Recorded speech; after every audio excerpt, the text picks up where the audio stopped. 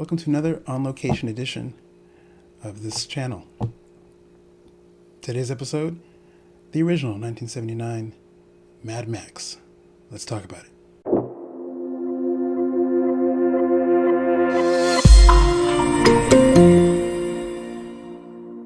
So this one was an interesting watch. I came to it obviously after having seen Furiosa,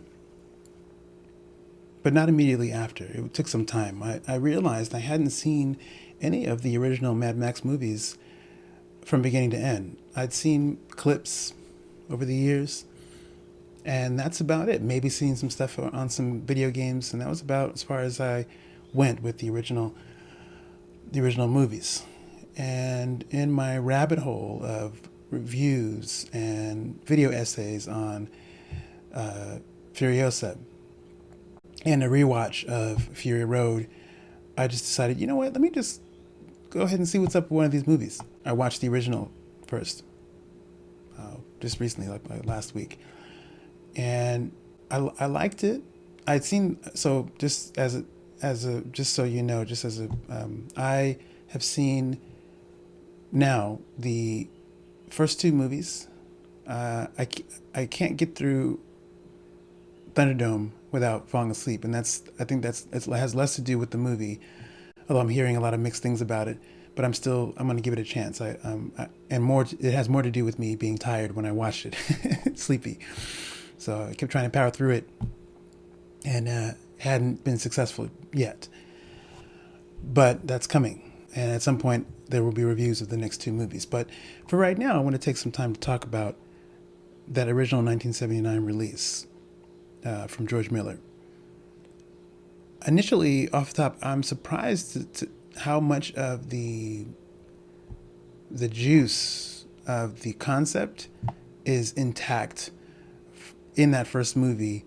If your first taste of the world of Mad Max was Fury Road or Furiosa, and you go back to the original 1979 movie, you're going to notice a couple things different. It doesn't seem as desperate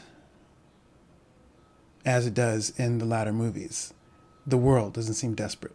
Like, there is still a civilization that's there, but it feels like it's the remnants of a civilization. So this is the end, like the beginning of the end of civilization in Max Rokitansky's world.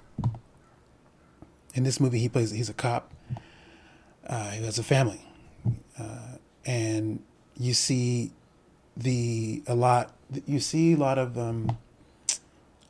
of crazy stuff happening in this world.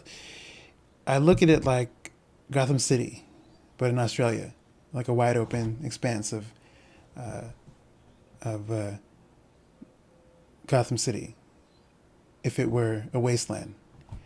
What you see in this movie, in the original, it's not quite a wasteland yet, but you see where it's going. It's going that way. This one feels more like, yeah, it's like almost like a Western. You have the lone cowboy, the sheriff, doing the good work, and you have to stop a band of outlaws who are going to be the main focus, the main enemies of the movie. And you see that with this movie, with the character, like the toe cutter, who's like the main villain. And we have to watch it again. It seems like there is not necessarily, this one feels more like the reasoning for people's craziness is that it's the world it's just going mad. There isn't like a resource particularly you're fighting over. I mean, it's referenced, you kind of are, but you're not quite yet in this movie. Toe Cutter and his guys they just seem to be doing bad stuff, and there's not a lot of control, not a lot of ways to stop them. But you have the bronze guys, the police force that Max is a part of, and that's all you have. That's all you have standing between regular people and lawless people. And for the most part, I think I did like this movie. It feels like a good introduction to a new kind of hero. You don't see Max going crazy. You, except for like one instance in the movie, really, when he gets to actually be active in doling out pain for what's happened to him. It's an interesting look at the origins of Max. Interestingly enough, just as an aside, Mel Gibson I thought was fantastic. I believe this was his first movie out of drama school, and he already has like leading man abilities at this stage. He's fresh faced, super young. He's a baby, but he's good. He's good. This movie stands out too in another way in that this is the only film I think in the series where you get to see Max be a little bit more vulnerable with his heart in a way that's not guarded. Like in Fury Road, it takes a while for him to open up a little bit, but it's still guarded. There's still there's a hardness around his warmth, and that's not the case in this movie. This movie, he really gets to be vulnerable, sort of lovey-dovey and kind of schmoozy. It's like it gets the it's all the romantical things that you might not, if you're coming in cold, after having seen other Mad Max movies, you might not expect that. But you get that here. And frankly, it's kind of nice actually to see. I've heard some complaints about that, like it's kind of corny and maybe it is, for the time and stuff like that. But it's nice. You get to see Max being a human. And what's particularly cool about that is that this movie puts his character into question about his humanity. With his family, he's like this lovey-dovey dude with a heart, but then he's going out and having to deal with all these lawless gang members who are causing all kinds of trouble and killing people and doing all these things. And he's also starting to enjoy chasing those bad guys and actually being out there amongst all the craziness. And so to combat that, at one point in the movie, Max tells his boss, the captain, whoever the leader is, like, yo, I'm giving this up. I can't do this anymore because, I'm starting to like this. And, but it's a lot of things are compounded that lead Max to this decision. People on his team are being hurt as well. And also, not everybody makes it out of this situation. If you know anything about the story, you know what I mean. And that affects Max deeply. He still has some humanity left. And he wants to get out of it before he doesn't have any anymore.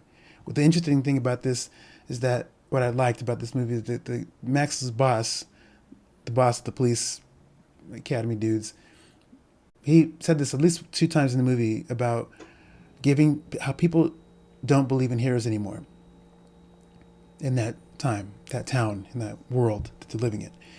They're living in a time when everything is just has descended into chaos, and it's like the cops are the last line of defense the last line of defense of order.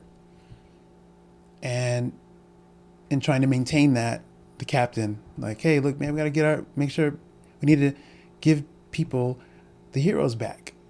And Max, obviously, he's good at his job. They want to keep him. And Max is the hero. The irony, though, is that you could argue whether or not you believe by the end of the movie Max is still a hero.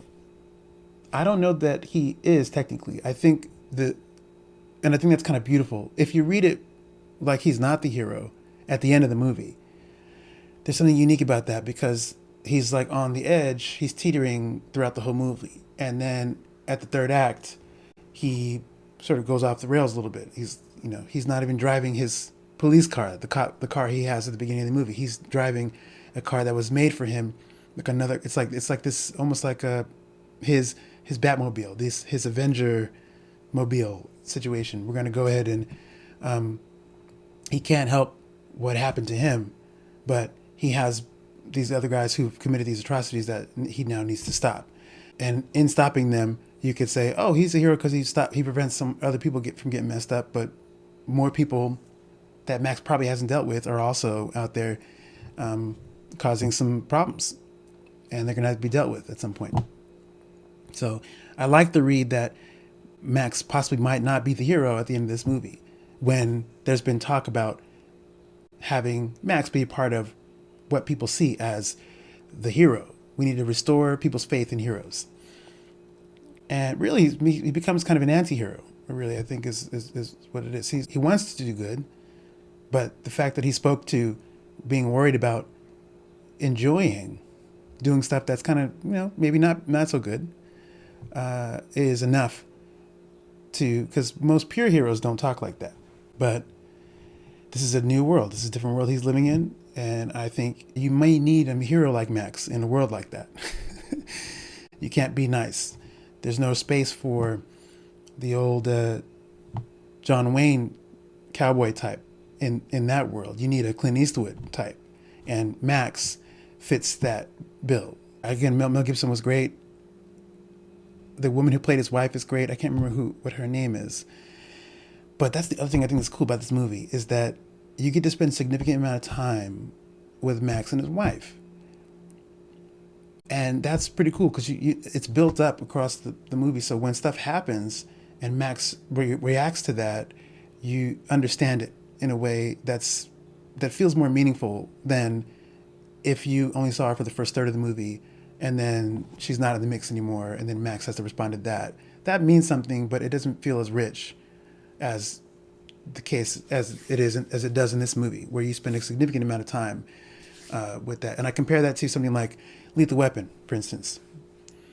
I have something interesting about that I realized about Lethal Weapon is that, as an aside, Mel Gibson plays two cops in Max Rokitansky and Martin Riggs, both of whom were married, both of whom dealt with tragedies and then live their life, respond in certain ways as a result of those tragedies, and end up kind of being a little bit, going off the rails a little bit, like kind of wild. Lethal Weapon, same thing. It's a similar situation. We meet Martin Riggs at the beginning, having already lost his situation. His life is jacked up. So he's a renegade a little bit. He's suicidal. What's interesting about that is like that feels like that's where Max ends up at the end of the movie. He ends up in this position where he's lost everything, and so he's nothing. It doesn't matter anymore. I'm gonna go off the rails. There's a little interesting bit that I noticed. But again, Lethal Weapon, you don't really have any time with Victoria Lynn Riggs. You don't see Riggs and his wife interacting. You just know, oh, something happened to her, and Riggs is responding to that. He's living his life as a result of what happened to her before he meets Roger. But I think, and that's what's more impactful. It sucks the way I have to do a review of Lethal Weapon, but the way Mel Gibson plays that always messes me up when he's looking at that picture of him and his wife.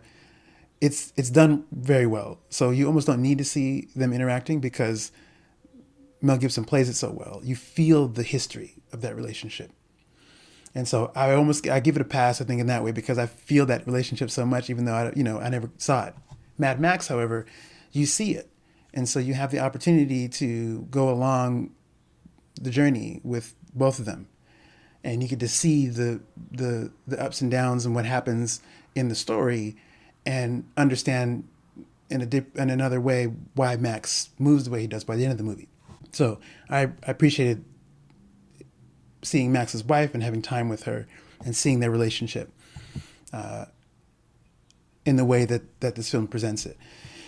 The other thing that is cool is that the action sequences, for the time, there's some pretty cool action sequences. Some of the car stunts, the car flips and things like that. It's actually really interesting. And I don't know if I'm right about this, but I seem to recall that I think this is George Miller's first movie. After, he was a doctor. I didn't know this. I learned recently that he was a medical doctor or a trauma doctor. And this was his first movie, finishing after he decided to change careers and make movies.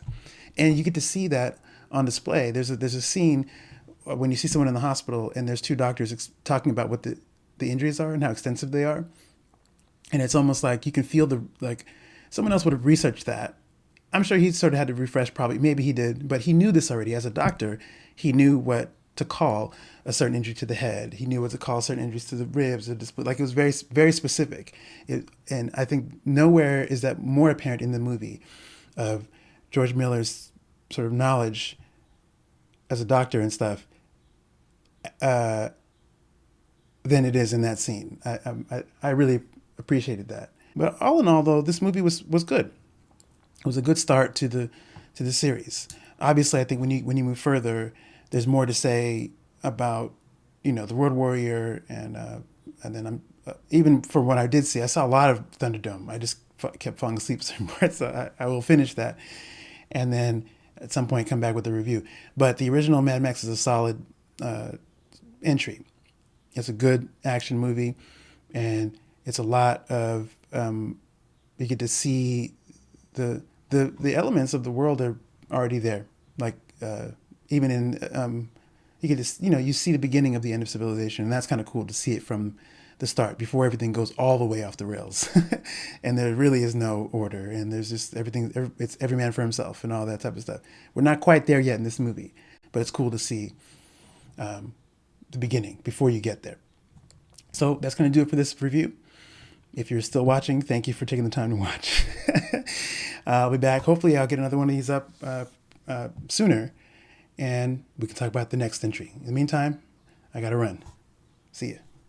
I don't have my regular clacker, but I do have my mini on the go one. So enjoy.